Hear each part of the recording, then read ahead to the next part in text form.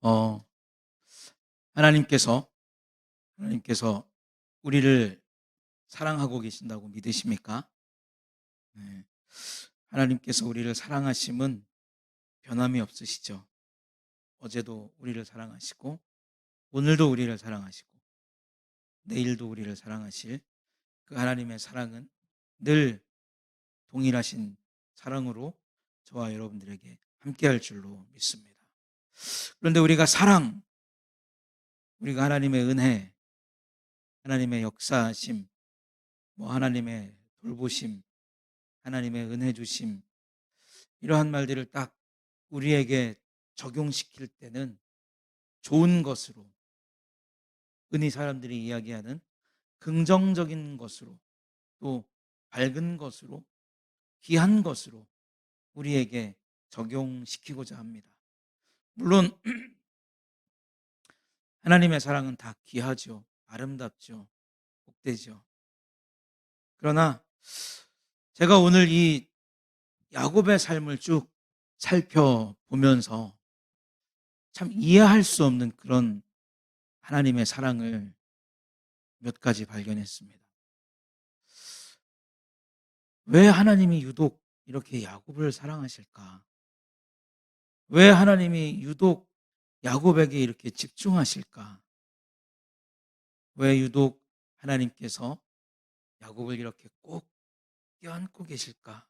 라고 하는 그런 궁금증이 오늘의 말씀을 준비하면서 제 마음을 사로잡았습니다. 하나님께서 정말로 여러분들을 사랑하고 계심을 믿으십니까? 하나님께서 여러분들을 꼭 안고 계심을 믿으십니까? 하나님께서 여러분들에게 집중하고 계심을 믿으십니까? 그렇다면 하나님께서도 우리가 야곱을 볼 때 알 수 없었던 것과 같이 참으로 우리가 다 알 수 없는 그 하나님의 마음이, 우리가 다 알 수 없는 하나님의 사랑이 저와 여러분들을 사랑하고 계시는 줄로 믿습니다. 오늘 제가 첫 번째 발견한 이 야곱을 향한 하나님의 사랑은 정말 지고지순한 사랑이에요. 야곱이 아버지를 속였습니다. 그리고 그의 형을 속이고 장자의 권한을 가지고 이제 도망을 가죠. 그러면서 우리가 지난주에 말씀을 통해서 봤던 것처럼 한 곳에, 광야 한 곳에 이르러 이제 노숙을 해야 되는 그런 신세가 되었습니다. 베개를 베고 하늘을 이렇게 바라다 보니까 내가 다시 고향으로 돌아올 수 있을까? 내가 다시 나의 부모님을 만날 수 있을까? 그런 처량한 마음도 들고, 내가 또 도망가서 살아가야 되는데 나를 기다리는 삶은 어떤 삶일까? 어떤 삶이 나를 맞이하고 어떤 삶이 나를 반겨줄 것인가? 그런 생각들이 아마 야곱의 마음을 사로잡았을 겁니다. 그저 해가 저물었기 때문에 야곱은 고단하고 힘든 몸을 광야의 한쪽에 누이고 처량한 신세가 되어서 잠을 청하고 있었죠. 그런데 그때 야곱에게 나타난 하나님의 사랑은 무엇이었습니까? 야곱에게, 그리고 야곱의 후손들에게 주실 하나님의 축복이었어요. 하나님께서 야곱에게 나타나셔서 그에게 땅을 주시겠다라고 말씀하셨습니다. 세상의 모든 민족이 야곱 너를 통해 복을 받을 것이다라고 약속하셨고, 야곱 네가 지금 도망자의 신세가 되어서 지금은 도망가는 그런 삶을 살아가지만 너는 분명히 다시 너의 땅으로 돌아올 날이 있을 것이다 라고 하나님께서 야곱에게 축복하셨죠. 그리고 또 하나님께서 뭐라고 말씀하셨냐면, 나의 뜻이 너를 통해 다 이루어질 때까지 내가 너를 떠나지 아니하겠다라고 하는 그러한 사랑을 야곱에게 부어 주십니다. 아버지를 속였고 형을 속였고 장자의 권한을 가지고 있지만 미처 그것을 행사하기도 전에 목숨이 위태로워서 도망가는 자에게 나타나신 하나님은 그저 야곱을 위로하는 수준이 아니라, 그저 야곱을 보듬어 주는 수준이 아니라, 내가 너에게 주기로 한 땅을 반드시 줄 것이고 모든 민족이 너를 통해서 복을 받을 것이고 다시 너는 너의 땅으로 돌아올 것이다. 그리고 내가 너를 통해 이룰 그 모든 일들을 다 이루기까지 내가 너를 정녕 떠나지 않고 너와 함께 할 것이다 라고 하는 무조건적인 사랑을 하나님께서 야곱에게 말씀하셨습니다. 왜 이렇게 사랑하시는지, 무슨 이유로 이렇게 사랑하시는지 도무지 알 수 없어요. 그러나 분명한 것은 하나님께서 야곱에게 이러한 사랑을 주셨다는 것입니다. 우리가 이 땅을 살아가면서 왜 내가 이러한 어려움을 겪는지, 왜 나에게 이런 어려움이 찾아오는지, 고독함이 찾아오는지 때로는 알 수 없는 그런 두려움에 사로잡힐 때가 있어요. 그래서 이 두려움을 오늘은 물리칠 수 있을까? 내일은 물리칠 수 있을까? 나에게 찾아온 이 고독을 오늘은 이길 수 있을까? 내일은 이길 수 있을까? 꼭 내가 잘못한 것 때문에 찾아온 그런 좌절과 절망을 내 스스로 이겨나갈 수 있을까? 참 광야와 같은 그런 많은 생각들 속에서, 무수한 생각들 속에서 나 혼자 하나님 앞에 기도하고 나 혼자 하나님 앞에 찬양하게 앉아 있을 때 하나님께서 무슨 이유인지는 모르지만 야곱과 같은 축복을 저와 여러분들에게 주신다는 것. 내가 너에게 땅을 줄 거야. 내가 너를 통해서 세상의 모든 민족들이 복을 받게 할 거야. 그리고 너가 다시 너의 위치로, 너가 다시 너의 자리로 돌아갈 수 있는 그날을 내가 허락해 줄 거야. 그리고 무엇보다 중요한 것은 내가 너를 통해 이루어야 될 일들을 다 이루기까지 너를 떠나지 아니할 거야. 그건 무엇입니까? 영원토록 저와 여러분들을 떠나지 아니한다는 그 약속을 하나님께서 우리에게 주시는 줄로 믿습니다. 사랑하는 성도 여러분, 오늘 이 밤에 기도할 때 그러한 하나님의 사랑을 여러분들이 다 받을 수 있기를 예수님의 이름으로 축복합니다. 아버지에게도 사랑을 받지 못했죠. 그의 형에게도 죽음의 공포를 느끼면서 도망가고 있었습니다. 그런 야곱에게 나타나신 하나님은 미래에 대한 축복을 약속으로 주셨고 야곱을 안아주셨어요.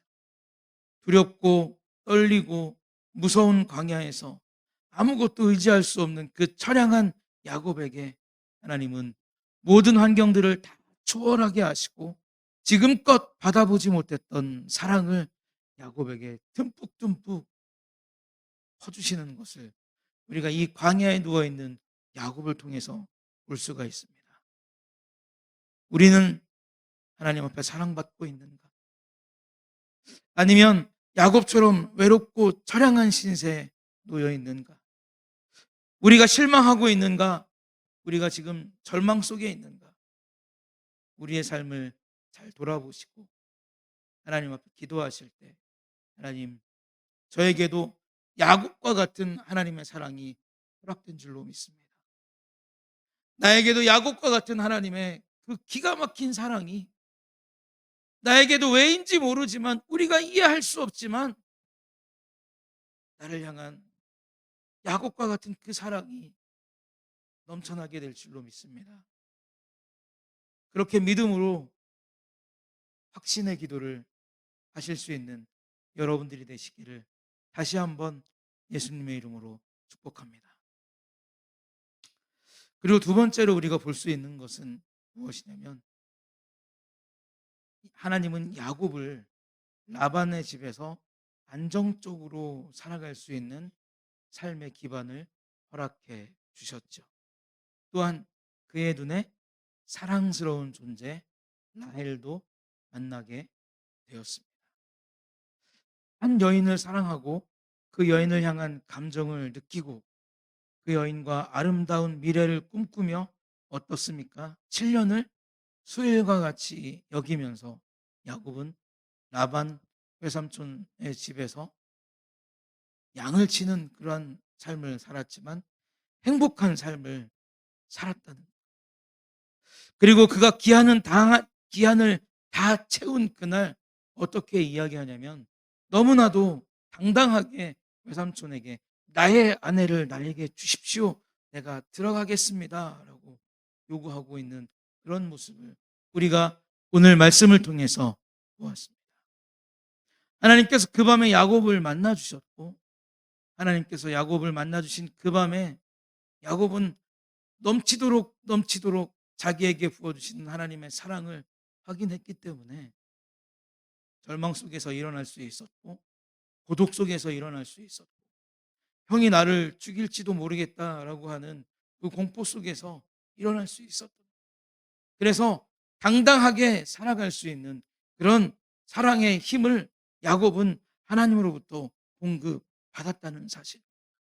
사랑하는 성도 여러분, 우리가 살아가는 삶의 무대, 우리가 또한 매일매일 발을 디디는 우리의 직장, 우리의 삶의 터전, 그러한 곳이 우리가 절망 속에 있을 때, 우리가 힘들 때, 우리가 고독 속에 있을 때는 참으로 너무나 힘든 장소가 될 수밖에 없고 너무나 외로운 장소가 될 수밖에 없어요. 그러나 하나님의 사랑을 확인한 사람은, 하나님의 사랑을 넘치도록 받은 사람은 그 절망 속에서 일어날 수 있는 힘이 있기 때문에, 그 어려움 속에서 일어날 수 있는 힘이 있기 때문에, 하나님께서 나를 사랑하신다라고 하는 그 확신이 있기 때문에 어떻습니까? 삶의 목표를 정할 수 있고 당당하게 살아갈 수 있고 당당하게 요구할 수 있는 그러한 힘을 얻게 되는 줄로 믿습니다. 원하기는 우리 성도 여러분들께서 다 그러한 하나님의 사랑을 누리시기를 예수님의 이름으로 축복합니다. 자, 그렇게 당당하게 야곱이 이야기하니까 외삼촌이 어떻습니까? 야곱을 위해서 잔치를 열고 성대한 결혼식을 베풀었죠. 야곱이 자라오면서 이런 기쁨을 맛봤던 그런 날이 있었을까요? 야곱이 살아오면서 이렇게 즐거운 날을 맛보았던 적이 있었을까요? 우리가 잘 보면 에서와 야곱이 태어나서 어떠한 삶을 살았다라고 창세기에서 설명하는 그 과정들을 잘 보면 에서는 사냥을 하고 후전적인 사람이었기 때문에 이삭인 아버지에게 사랑을 받습니다. 그래서 아버지는 누구를 축복하기로 마음먹었습니까? 에서를 축복하기로 마음을 먹었죠. 야곱은 한 번도 아버지에게 사랑을 받아본 적이 없어요. 야곱은 한 번도 그 뜻을 자기의 마음대로 펼쳐볼 수 있는 그런 무대가 집에서는 가져볼 수 없는 그런 사치와 같은 조건이었습니다. 그런데 외삼촌 라반의 집에서는 어떻습니까? 자기의 요구가 받아들여지고 자기의 사랑을 관철할 수 있는 그런 환경을 만나게 되었다는 것이죠. 우리의 삶에도 목표가 설정되고 그 길을 향해서 전력 질주할 수 있는 날이 반드시 있을 줄로 믿습니다. 힘든 일을 해도 즐겁고 어려운 상황을 만나도 즐겁고 고단하고 고된 일상들이 7년과 같이 긴 시간을 지나가지만 마치 며칠의 시간이 지나간 것처럼 즐거움의 날이 우리에게 이를 때가 분명히 있을 것입니다. 하나님께서 야곱에게 주신 두 번째 사랑과 두 번째 은혜가 바로 그런 사랑이고 바로 그런 은혜라는 거예요. 그리고 또 한 가지 마지막으로 우리가 하나님께서 야곱에게 주신 사랑을 살펴보면 밤이 지나고 아침이 되었을 때 마주한 얼굴은 누굽니까? 라헬이었습니까? 레아였습니까? 레아였어요. 라헬이 아니었습니다. 그래서 외삼촌에게 따졌죠. 아니 나에게 라헬을 주기로 했는데 왜 레아를 주었느냐? 그랬더니 외삼촌이 했던 말은 무엇입니까? 우리는 언니가 동생이 언니보다 먼저 시집가는 일은 없다. 그래서 레아를 먼저 시집을 보냈고 네가 다시 7일 일을 하면 내가 라헬도 줄 것이고 또 7년 동안 나를 섬기라 라고 하는 조건을 부여받습니다. 자, 저는 여기에서 무슨 생각을 했냐면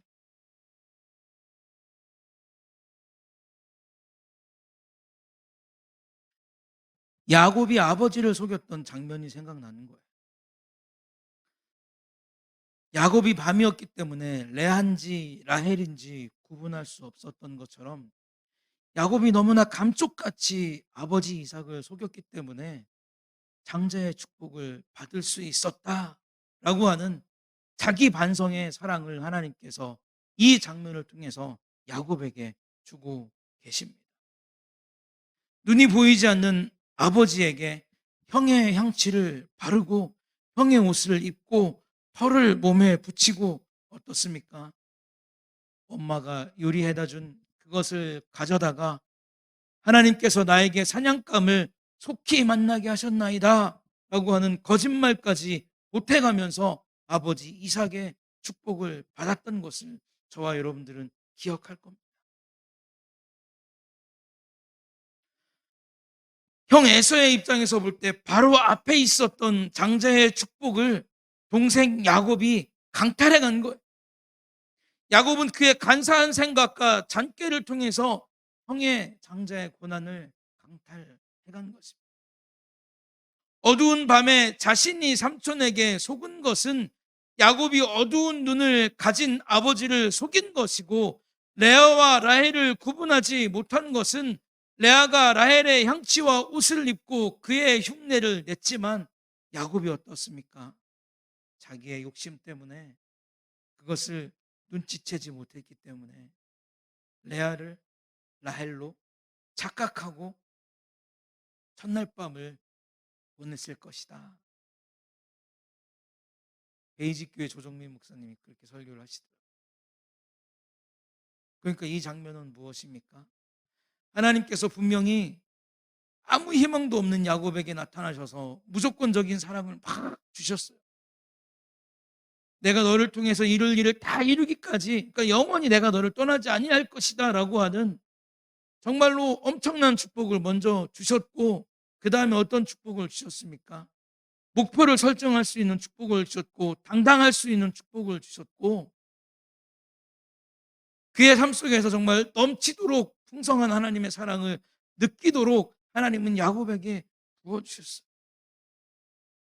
그런데 그 다음에 하나님께서 결정타로 꺼내든 히든 카드는 무엇이었냐면, 내가 너를 이렇게 축복하고 내가 너에게 이렇게 많은 기쁨을 선사하지만 너가 반드시 해결해야 될 문제는 무엇이다?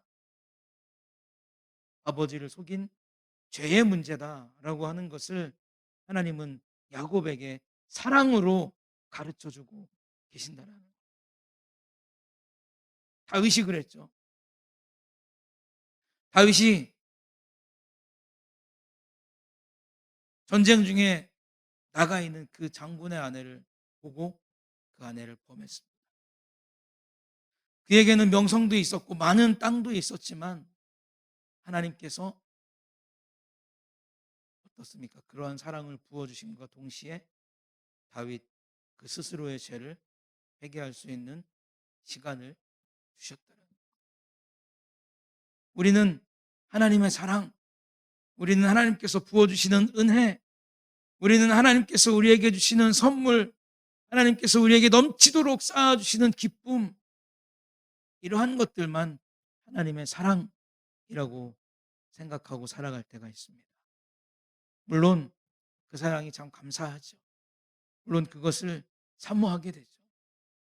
물론 그것을 기뻐하게 됩니다. 그러나 그것보다 근본적으로 더 중요한 하나님의 히든 카드는 무엇입니까? 예수 그리스도를 통해서 날마다 날마다 우리의 죄를, 우리의 잘못들을, 우리의 악한 본성들을 죽여가는 삶을, 그래서 예수 그리스도를 닮아갈 수 있는 삶을 허락해 주신다는, 우리의 연약한 모습을 말씀을 통해서 보게 하시고, 우리의 죄악된 모습을 예수 그리스도를 통해서 만나게 하시고, 우리에게 무엇인가 삐뚤어진 모습을 어떻습니까? 성경의 인물들을 통해서 만나게 하심으로 내가 정말 예수 그리스도 앞에서, 내가 정말 하나님 앞에서 많은 축복을 받았지만 신실한 자로 서 있는 것이 가장 큰 축복이고, 하나님 앞에 정말로 의로운 자로 서 있는 것이 가장 큰 은혜로구나 하는 것을 깨달을 수 있는 그러한 사랑을 하나님께서 저와 여러분들에게 부어 주신다는 사실. 아무리 예배를 잘 드리고, 아무리 좋은 것으로 하나님 앞에 드리고, 아무리 우리가 기쁨 가운데 살아가면 뭐하겠습니까? 우리의 마음이, 우리의 삶이 하나님 보시기에 온전하지 아니하고, 우리의 삶이 어떻습니까? 하나님 보시기에 아름답지 아니하면 그것은 하나님의 사랑을 가지고 있되, 그것은 하나님의 사랑을 누리되 한쪽짜리 사랑을 누리는, 하나님께서 그런 사랑을 나에게 주셨다면 정말 내가 예수 그리스도를 통해서 내 삶에 돌아봐야 될 것이 무엇이 있을까? 예수 그리스도를 통해서 내가 다시 한번 나를 점검해야 될 것들은 무엇이 있을까? 그러한 것들을 하나님 앞에 고민하고, 그러한 것들을 하나님 앞에 하나하나 해결해 나아가는 그러한 삶을 우리가 살아갈 때 우리는 하나님으로부터 받은 모든 사랑을 온전하게 누리며 살아가는 사람이 되는 줄로 믿습니다. 사랑하는 성도 여러분, 오늘 하나님 앞에 기도하세요. 감사함으로 기도하세요. 주신 것에 감사하면서 기도하시고, 누리도록 하시는 것에 감사하면서 기도하십시오. 그리고 또 한 가지, 기도하실 때 참으로 나에게 부족한 것을 발견할 수 있는 성령의 은혜를 나에게 주셔서 내가 날마다 날마다 나를 죽이고, 날마다 날마다 하나님 앞에 귀한 자로, 의로운 자로, 존귀한 자로 살아갈 수 있는 그런 은혜를 나에게 더하여 주십시오. 그래서 온전한 하나님의 사랑을 소유하시고, 온전한 하나님의 사랑을 누리시는 저와 여러분들이 되시기를 예수님의 이름으로 축복합니다.